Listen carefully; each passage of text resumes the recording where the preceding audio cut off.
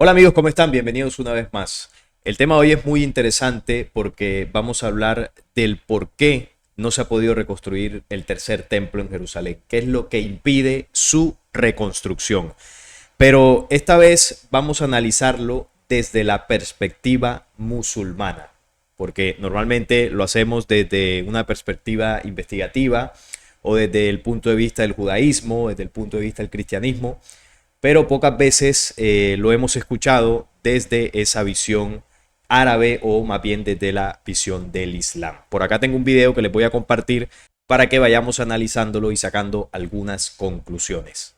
Aquí está el canal de este señor Sheikh Komi, que él es musulmán y va a comentar qué es lo que ha impedido la construcción de ese tercer templo. ¿Por qué los judíos no pueden construir el tercer templo y facilitando la venida de Mashiach, el Salvador?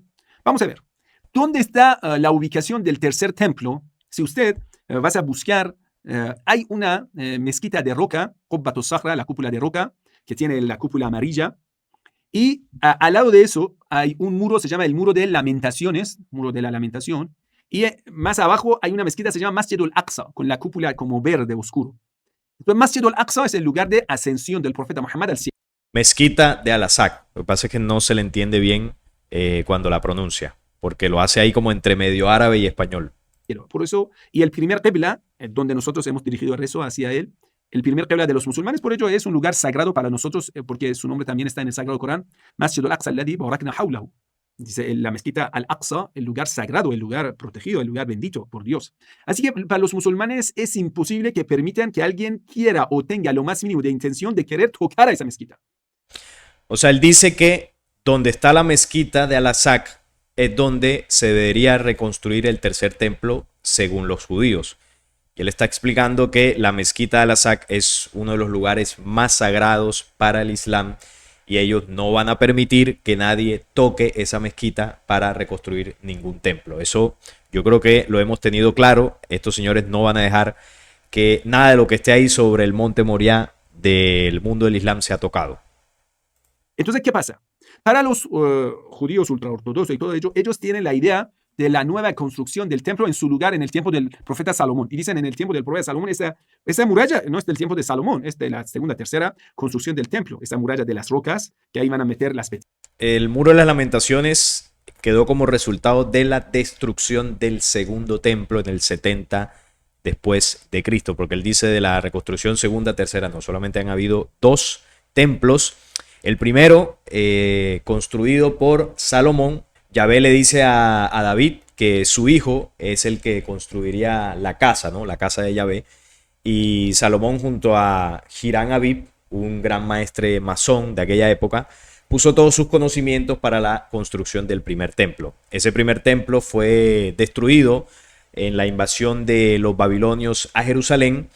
Y luego ellos regresan, comienzan a reconstruirlo, el segundo templo, comandados por Zorobabel, pero esa reconstrucción no quedó 100% completa, fue un templo mucho más modesto, y ya en tiempos de Herodes, cercano al nacimiento de Jesús, él le hace unas modificaciones a ese segundo templo, le hace unas renovaciones y le hace una ampliación, es decir, le hace una mejora importante. Y luego, ya en el 70 después de Cristo, ese templo que fue reconstruido en el tiempo de Zorobabel y terminado en el tiempo de Herodes, es destruido por los romanos en el 70 después de Cristo, y de esa destrucción quedó el muro de las lamentaciones, que es el muro occidental, donde van los judíos allá a rezarle y a meter los papelitos a su Dios. En un papel escriben y lo meten dentro. El Papa va y todos los judíos van y rezan ahí delante de esa pared, ese muro de lamentaciones. Ese muro es el muro occidental del templo de Salomón, ¿sí? De Beit HaMikdash en hebreo. Entonces, si quieren construir el tercer templo como ellos lo desean, desde Qubbat al-Sakhra, la cúpula amarilla, Qubbat de roca, hasta la Masjid al-Aqsa, la mezquita al-Aqsa, todo ese lugar tiene que estar dentro del proyecto. O sea, todo esto, mire, desde el domo de la roca hasta la mezquita de Al-Aqsa. Esto debería ser el espacio donde debería estar reconstruido el tercer templo. Y claro, esto es un problema porque habría que quitar los dos monumentos sagrados para el Islam, que es lo que él está comentando. Quiere decir, deben destruir todo y construir el nuevo templo. ¿Y el nuevo templo para qué sirve? Bueno, gran parte del libro Levítico, las normas tienen que ejecutarse dentro del templo.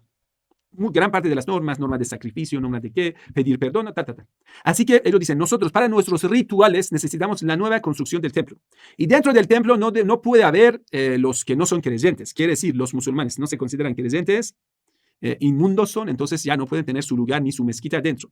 Entonces, la idea y el proyecto es acabar con Masjid al-Aqsa, y necesitan hacerlo. Entonces, hay excavaciones bajo la mezquita al-Aqsa. Entonces, ellos están preparando todo para esto. Pero, ¿qué pasa si atacan a Masjid al-Aqsa? Miren lo que acaba de decir. Hay excavaciones debajo del monte del templo, debajo de la mezquita de Al-Aqsa, que lo que parece indicar que ellos desde hace bastante tiempo vienen trabajando en los cimientos, lo que serían los cimientos del futuro tercer templo. Ellos lo saben, los musulmanes. Y bueno, esa es la preocupación, porque no solamente ellos tienen que hacer construcciones bajo tierra, ¿no?, sino que cuando comiencen a hacer en la superficie, bueno, primero tienen que ganar esa zona. Recordemos que Jerusalén está dividida, Jerusalén occidental y Jerusalén oriental. En la parte oriental, que aún está bajo el mandato de Cisjordania, es donde está el monte del templo. Entonces, lo primero que los hebreos tienen que solucionar es la recuperación de esa parte de Jerusalén oriental para tener mayor libertad e influencia en esa zona. Pero miren que a pesar de que no tienen ese territorio aún ganado, ya están haciendo ciertos adelantos bajo tierra, complejos subterráneos que vienen adelantando. Así que obviamente están comprometidos con su proyecto de la reconstrucción del templo. Entonces, gran multitud de los musulmanes del mundo no lo van a permitir y todos van a estar en contra de Israel. Por eso los musulmanes nunca no lo permiten. Y ellos saben que es muy arriesgado querer destruir uno de los lugares más sagrados de los musulmanes. Mira, la diferencia entre los musulmanes y otros es que los musulmanes están dispuestos a dar todo por Dios. Eso es la diferencia. Puede ser que por ejemplo un hermano cristiano dice, ay, bueno, esa iglesia la destruyeron, no importa y todo. Pero el musulmán no puede ver y no permite que destruyan una mezquita menos. Lo que le está diciendo es que si Israel llega a hacer eso, esto es guerra. Los musulmanes, sobre todo los más radicales, él lo acaba de decir, están dispuestos a darlo todo por su Dios, por su creencia, por su Corán. Bueno, lo hemos visto, cómo se crean grupos terroristas, cómo personas kamikazes dentro de estas corrientes más extremas del Islam se prestan para atentados con aviones, con bombas, asesinatos. Esto se ha visto en la historia. Y esto sucede dentro de, no solamente del mundo islámico, esto ha pasado también dentro del cristianismo en la historia, dentro del judaísmo, pero obviamente el mundo musulmán es más radical, es decir, tiene una fe que es más frontal cuando se ven amenazados. Por algo, la promesa que le hace Jehová a Agar cuando le dice que tendría un hijo que llamaría Ismael y él será fiero y su mano será contra todos, y de él surgirían 12 príncipes. Esa cita la hemos mencionado aquí, y ahí lo que se está describiendo es la característica de la descendencia que procede de Ismael, que son muchos pueblos que hoy en día llamamos los árabes, y los árabes tienen un temperamento muy fuerte, dispuestos a absolutamente todo, y la diferencia con el hebreo es que si bien el hebreo es capaz de lo peor, lo ha demostrado en la historia también, el hebreo es más traicionero. Estoy hablando específicamente del sionismo, ¿no? Los que han hecho pues todas las barbaries en la historia. Ellos son más traicioneros, más astutos, más estrategas. Lo hacen más por la espalda. Son sigilosos como serpientes. Utilizan esa astucia para envolver a su enemigo y poco a poco lo van destruyendo. Y mientras lo destruyen se hacen las víctimas de que, ay, no, nosotros somos los pobrecitos. En cambio, los musulmanes, estos no se andan con cuentos. Si tú los amenazas, te destruyen de frente. No esperan estrategias, no esperan nada, van completamente frontal a destruirte. Menos cuando, si es decir, lo más mínimo de tolerancia van a encontrar cuando quieran destruir una mezquita en ese tamaño, una mezquita tan importante. Por eso, ahora están luchando en ello.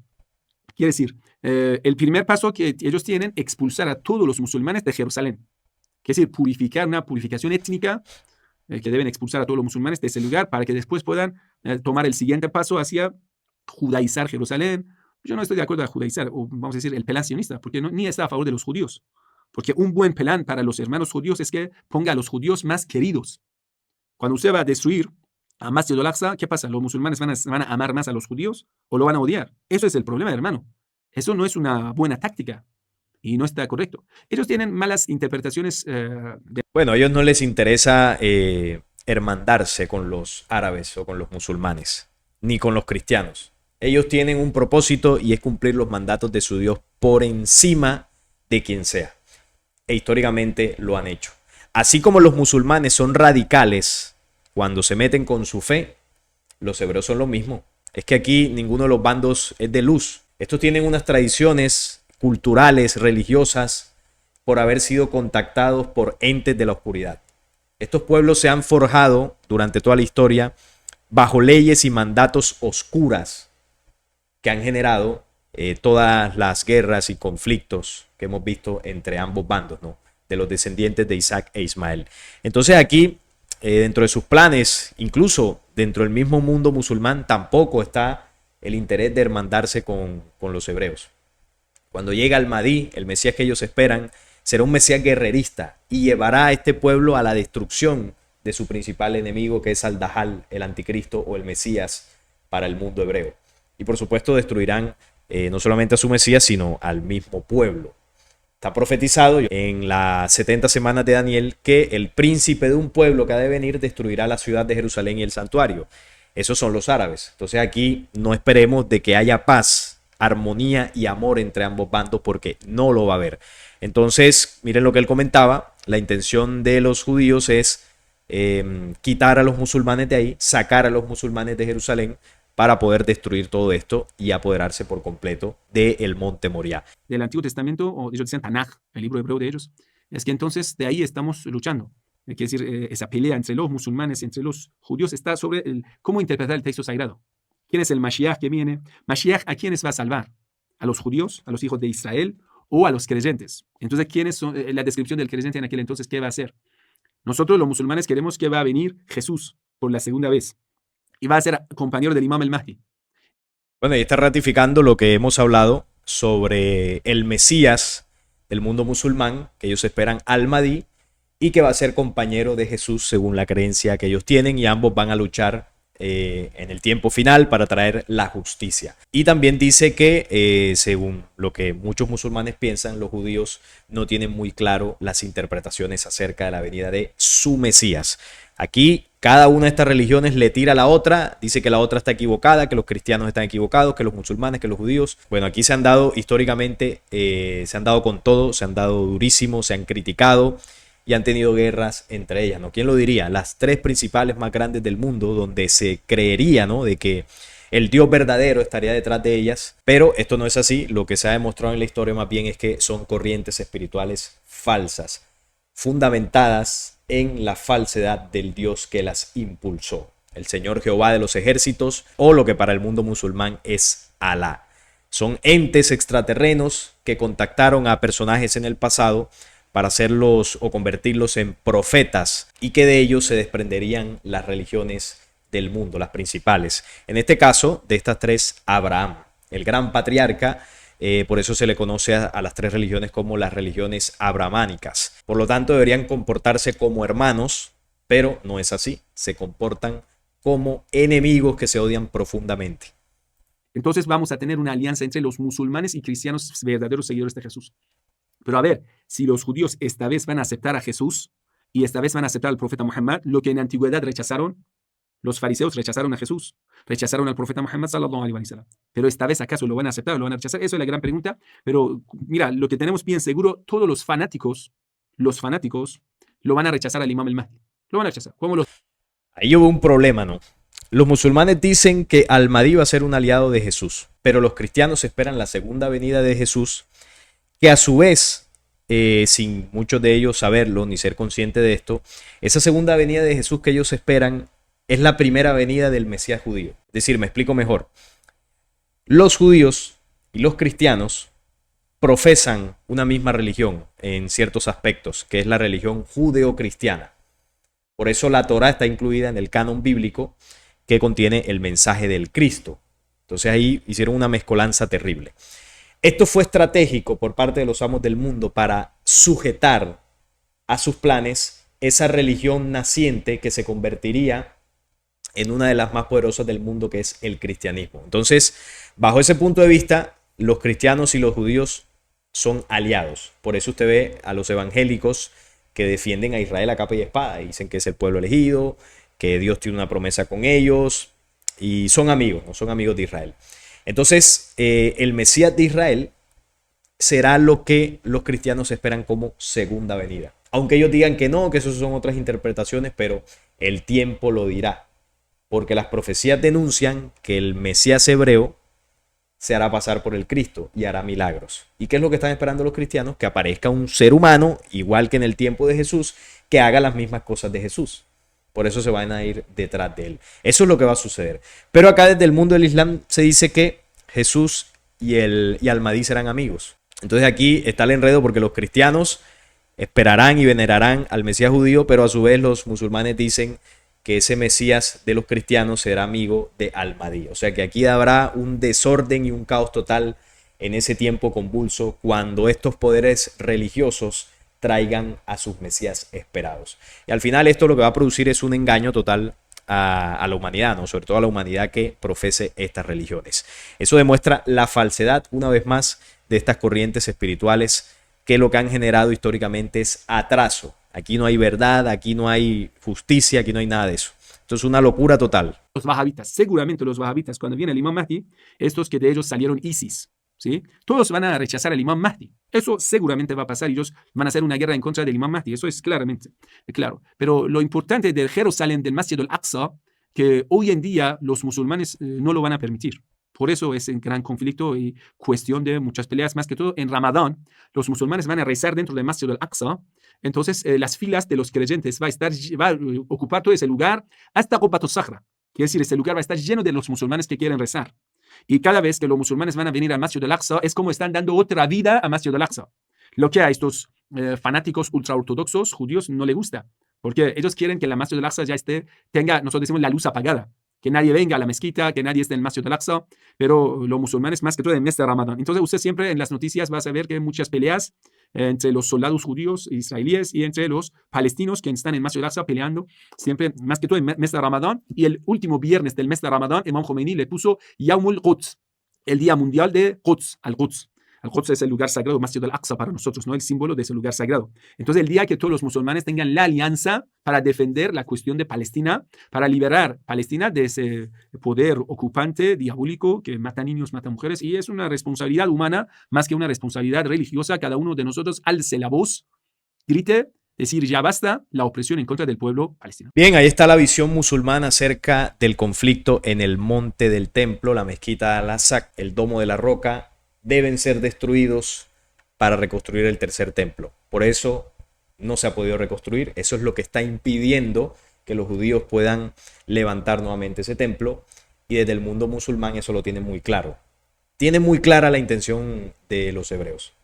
Y él fue muy enfático y sabe que los musulmanes no lo van a permitir y van a dar la vida para defender. Así que el único resultado que se puede dar aquí es una guerra. Pero lo que va a suceder obviamente es que los judíos van a derribar eso y van a reconstruir su templo, porque está dentro de sus planes. Y eso va a desatar la guerra final entre Al-Mahdi, el pueblo árabe, y el pueblo hebreo con su Mesías. Porque ahí va a quedar una herida, un odio que solamente ellos van a saciar con su sed de venganza. Por eso es que se van a enfrentar al final del tiempo. Porque es que si los hebreos no reconstruyen el tercer templo, pues, bueno, seguirán con ese rencor que tienen, pero no habrá una excusa lo suficientemente fuerte para invadir Jerusalén, que es lo que dice la profecía de las 70 semanas de Daniel. Si los hebreos dejan quietos estos monumentos santos para el Islam, pues ellos no tienen una excusa para destruir ningún templo ni destruir Jerusalén, porque no les habrán hecho nada y estarán tranquilos en ese sentido. Así que si la profecía advierte que el príncipe y su pueblo van a destruir Jerusalén, es porque ese tercer templo va a ser levantado. Incluso la profecía de las 70 semanas también lo dice, que el muro será levantado, será reconstruido en tiempos angustiosos. Entonces eso está advirtiendo la reconstrucción de algo. Y cuando habla del muro, está hablando del muro occidental, del muro de las lamentaciones, que está allí, que quedó del segundo templo, y habla esa profecía que el muro será reconstruido. O sea que está la situación muy compleja, pero quiero mostrarles otro video, en este caso desde la visión judía, de unos niños, esto es en una escuela, y se les pregunta precisamente por el tema que estamos hablando, el tercer templo, el monte Moriah, y miren lo que responden. De este video mi compañero Neil Barrios hizo un video en Descubriendo una reflexión muy interesante acerca de esto, que se lo voy a dejar por acá para que ampliemos esta información. Aquí el encabezado de esta información dice: cuando veo un árabe siento ganas de matarlo, cuando venga el Mesías serán nuestros esclavos, habrá una guerra masiva, todos los árabes morirán y los que queden serán hechos esclavos. Esto lo dijeron estos niños colonos de una escuela sionista de Jerusalén que muestran la verdadera cara de ese sionismo. ¿Qué se te viene a la mente cuando dices la palabra Jerusalén? La tierra santa, la casa santa, el templo. ¿Quién piensa que el templo será construido en pocos años en Jerusalén? ¿Cuál será el lugar donde se construirá? En la mezquita de Al-Aqsa. ¿Recuerdan lo que dijo el señor musulmán? Los judíos tienen la intención de destruir la mezquita de Al-Aqsa y el domo de la roca. Ya están haciendo construcciones debajo para poder levantar ahí el templo. Y desde niños tienen esa certeza. En la mezquita de Al-Aqsa ellos responden ante la pregunta de la señora que está ahí de que, bueno, ¿dónde será construido el templo? Ellos lo tienen muy claro. ¿Qué le ocurrirá a la mezquita? Colapsará, explotará, desaparecerá. Ellos van a destruir eso. Y esa es la formación que desde el colegio se les viene inculcando. ¿Quién de vosotros ha conocido a un niño árabe en el último año? ¿Dónde conociste al niño? Cerca del templo. Dice que lo empujó y se fue. ¿Qué ocurre cuando conocéis a un niño árabe? ¿Qué sientes? Enfado, ganas de matarlos. ¿Y qué pasa cuando conocéis a un niño judío? Sienten lo contrario, ¿no? ¿Cómo ven a Jerusalén en los próximos 10 años? Todo el mundo será judío y religioso.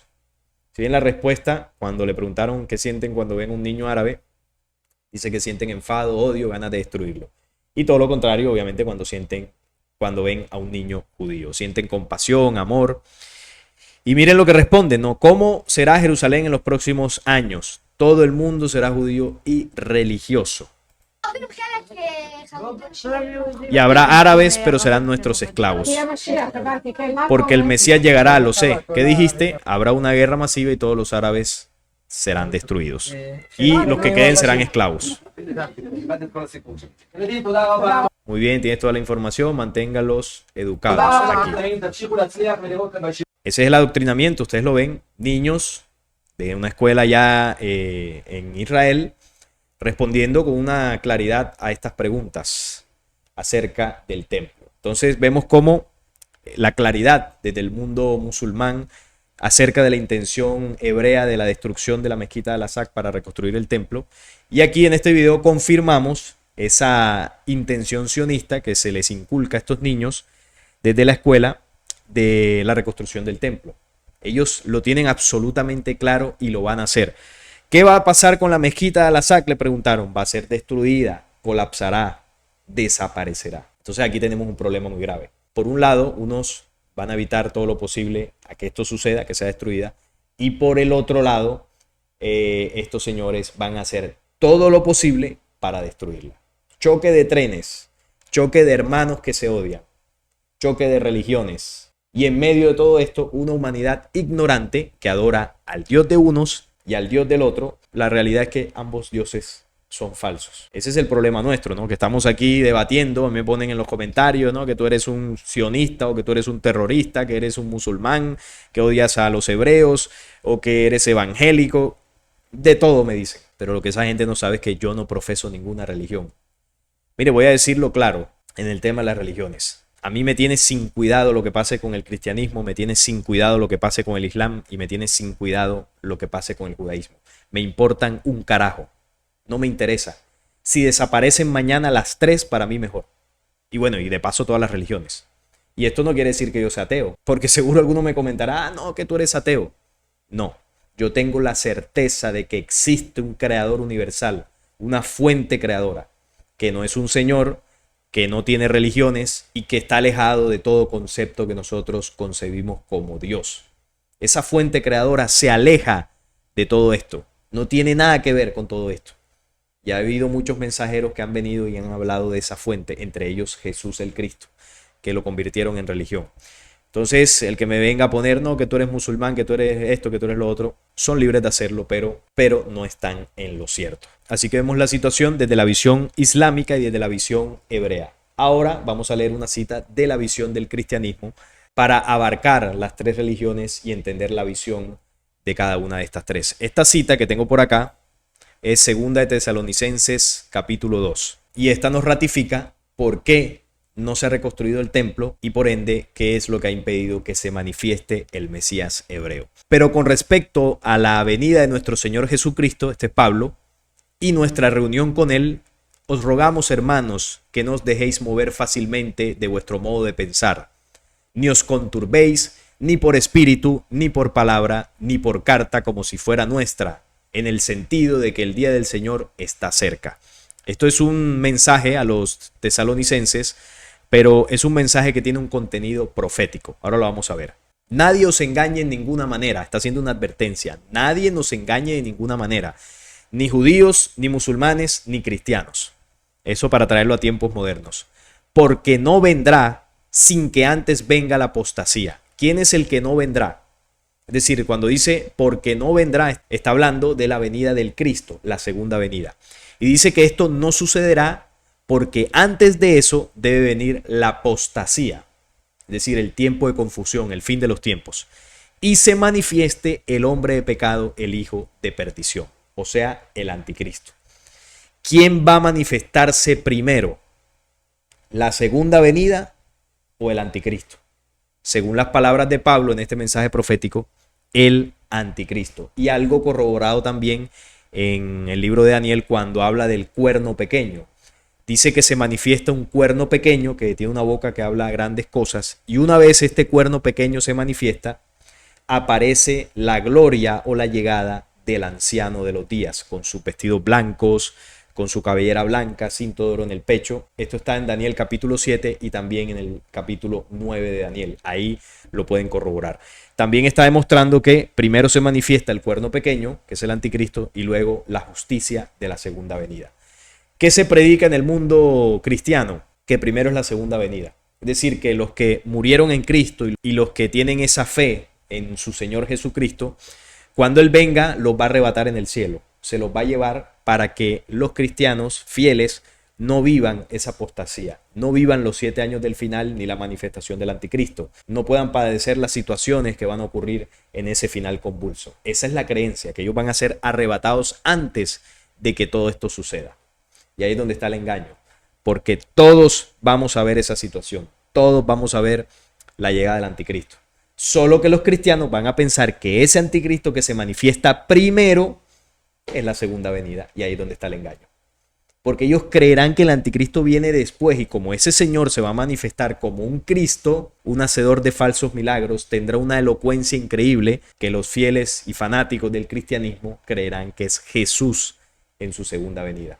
Ahí es donde está el peligro de todo esto. La claridad que debemos tener, ¿cuál es? Que primero se manifiesta el programa oscuro, porque solo cuando ese programa oscuro se manifieste es donde la justicia puede pasar la espada y destruirlo. No antes, primero tiene que mostrarse. El hijo de perdición, el cual se opone y se levanta contra todo lo que se llama Dios o es objeto de culto, tanto que se sienta en el templo de Dios como Dios, haciéndose pasar por Dios, en el tercer templo. Pero también cuando dice que se hace pasar por Dios es porque es un falso Mesías, se hace pasar por un enviado, por un elegido, por el Cristo. ¿No os acordáis cuando yo estaba todavía con vosotros, os decía esto? Y ahora vosotros sabéis lo que lo detiene, a fin de que a su debido tiempo se manifieste. ¿Qué es lo que lo detiene? ¿A quién detienen? Al anticristo. Entonces dice por acá, porque ya está en acción el misterio de la iniquidad. Esto es un misterio, algo para descubrir. Solo que hay quien al presente, por eso es un mensaje profético, porque viaja en el tiempo, su interpretación. Este mensaje de Pablo se ubica en el tiempo del fin, en el momento donde esté cerca la manifestación del hijo de perdición y la segunda venida. Hacia el futuro del tiempo donde él escribió eso. Entonces dice, porque ya está en acción el misterio de la iniquidad, solo hay quien al presente, entonces ubiquémonos en el presente. Hay quien al presente lo detiene hasta que él a su vez se ha quitado de en medio. ¿Qué es lo que está impidiendo o deteniendo la construcción del tercer templo o la reconstrucción. Y que a su vez, al no estar reconstruido, impide la manifestación del anticristo. Por eso coloqué los dos videos anteriores. ¿Qué es lo que lo está deteniendo? ¿Qué es lo que está en la mitad que no deja que eso suceda? Si vamos a lo que estamos hablando, la mezquita de Al-Aqsa y el domo de la roca. Eso es lo que está en el medio del monte del templo que impide que el misterio de la iniquidad se manifieste. Y cuando le preguntaron a los niños dónde debe estar construido el tercer templo, ellos dijeron la mezquita de Al-Aqsa. ¿Y qué tiene que pasar con la mezquita? Tiene que ser quitada de en medio, destruida, tiene que desaparecer, tienen que borrarla. Entonces, si se entiende, este mensaje ahora cobra sentido. Lo que en este momento, al presente, detiene la manifestación del tercer templo y el anticristo es el domo de la roca y la mezquita de Al-Aqsa. Entonces, cuando eso se ha quitado en medio, se manifestará aquel inicuo, a quien el Señor matará con el espíritu de su boca y destruirá con el resplandor de su venida. Entonces, se manifiesta el inicuo porque eso es quitado de en medio, los monumentos del Islam.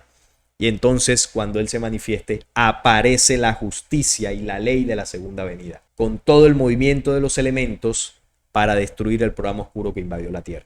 Ese es el orden de los acontecimientos.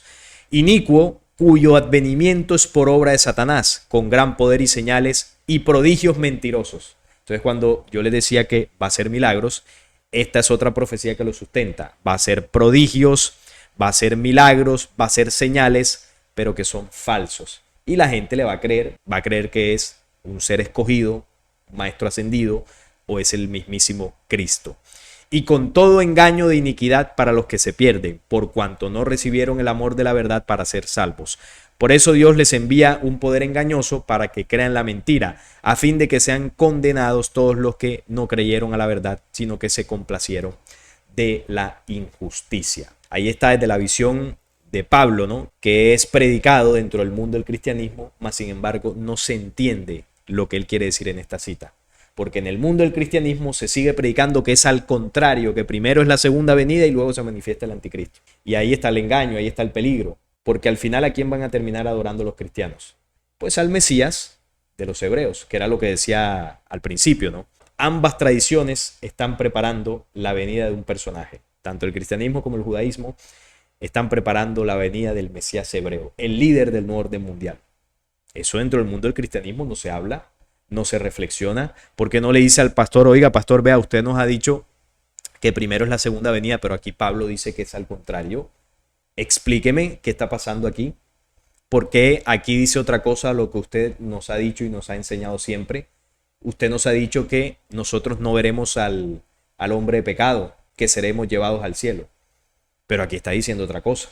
Entonces, sería bueno que eso se lo explicaran a la gente porque los están engañando. Y esto no es el único texto y profecía que habla de ese orden de los acontecimientos. Yo les hablé de Daniel en el Antiguo Testamento, pero están las profecías de la Salet, las profecías de Parravicini, aunque bueno, dentro del mundo religioso, las profecías que no estén dentro de la Biblia no son consideradas como válidas, así que es muy complicado que puedan sustentarse mucho mejor con eso. Entonces aquí le mostré la visión de las tres grandes religiones del mundo: Islam, judaísmo y cristianismo. Y cada una de ellas tiene una interpretación de estos elementos, cada una de ellas defiende su creencia, su fe y defienden a su Dios. Y al final del tiempo sucederá lo que dice esta profecía, la apostasía, que es una confusión terrible entre los seres humanos por desconocimiento, por ignorancia y por estar alejados y desconectados de la verdad del Espíritu. Obviamente por causa de la manipulación de estos poderes religiosos de engaño y de mentira. Entonces así está la situación. Los musulmanes tienen claro que no se van a dejar. Los judíos tienen claro que sí van a construir el templo, el tercer templo, y los cristianos tienen claro de que ellos no van a ver al anticristo, sino que se van a ir antes. Y al final, ¿saben qué ocurre? Que los tres están equivocados. No porque no vaya a suceder nada de lo que esperan, porque los musulmanes van a cobrar venganza, los judíos van a reconstruir su templo, y al final, para los cristianos, desde su perspectiva, sí va a venir su Mesías, aunque será un engañador. Pero después de todo esto se dan cuenta del engaño en el que cayeron. Y esto es una situación muy compleja porque esto no se enseña con claridad, no se habla con claridad. Y es importante, por eso les mostré la perspectiva de cada una de estas creencias. Porque es necesario tenerla, es necesario aprender. Y uno toma toda esta información y se ubica dentro de lo que va a ocurrir. Eso es un ejercicio muy interesante de hacer, por eso quise traer esta información y compartirla con ustedes para que aprendamos un poco más de todo esto que está ocurriendo en el presente, pero sobre todo lo que va a ocurrir, porque eso que está pasando por allá en Gaza, en Israel, es simplemente movimientos previos para lo que va a ocurrir en los próximos años. El tema del tercer templo se pondrá caliente. Estos señores ya tienen sus construcciones avanzadas. Los musulmanes se están preparando para lo peor y los cristianos están esperando a un Mesías que realmente será el anticristo. Así que el panorama se pone bastante oscuro. Pero al final, como decía la misma profecía, la justicia brillará. Y esa justicia brillará para destruir esos programas oscuros. Porque la justicia también se manifiesta en los hombres honestos y claros de corazón. Los hombres que en su humildad se alejan de todos estos poderes engañadores y comienzan a descubrir su verdad interior. Comienzan a ponerse por encima de todas estas situaciones que dividen al mundo y eso les permitirá estar mejor preparados para cuando venga ese tiempo de confusión.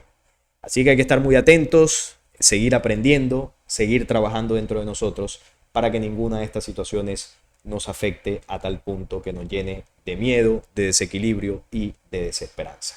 No es nada más por el día de hoy. Estaré leyéndolos sus opiniones acerca de todo este tema en los comentarios. Si este video les gustó, les agradezco un like, la suscripción a este canal y compartirlo para que llegue a muchas más personas. Nos vemos en un próximo video.